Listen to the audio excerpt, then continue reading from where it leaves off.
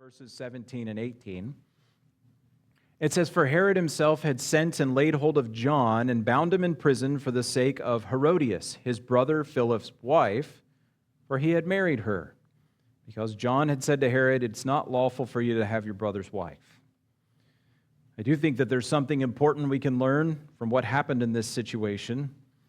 I want you to just take note of how bold that John the Baptist was and how unafraid he was to speak to somebody about what was right and about what was wrong. It did not matter how powerful the individual was or how high up they were on the political ladder. John the Baptist was willing to say, that is just dead wrong and against God. And I do think that that perhaps highlights where we find ourselves as Christians with the events that have taken place in the last week. I do think that you and I are probably, hopefully, I think it's a good thing. I think that we're being challenged by the Lord to have a much bolder faith than perhaps we've had before. We need to have a voice that says, hey, the Lord Jesus Christ is the one that can give you life. We need to be unashamed of the gospel, and we'll look at that on Sunday in the book of Romans. But there needs to be a boldness within our lives to say, look, I am going to live my life for Christ.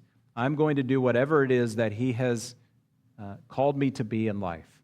And if I get in trouble for it, so be it. If I get beaten for it, so be it.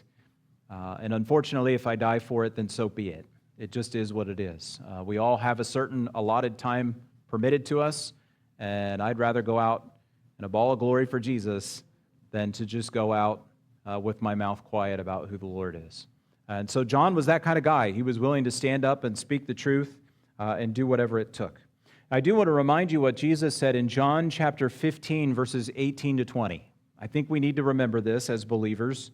John 15, 18 to 20, it says, "If the world hates you, keep in mind that it hated me first.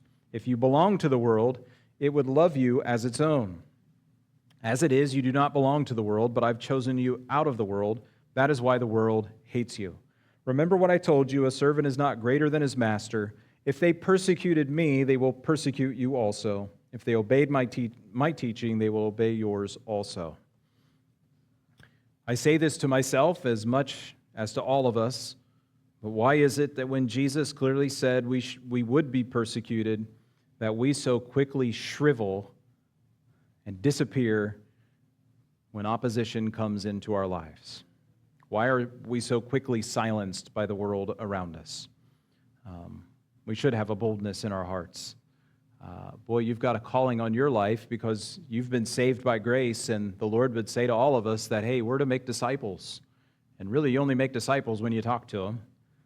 You can be an example, and that's great, and I'm not saying you got to be crazy and an annoyance to people, but at the same time, people need to hear the gospel of Jesus Christ. I think that sometimes we set the bar too low for ourselves when it comes to our spiritual life. I think that we make a lot of excuses for ourselves. We get sidetracked an awful lot when only one thing really matters in life, and that is surrendering to whatever Jesus would have for us.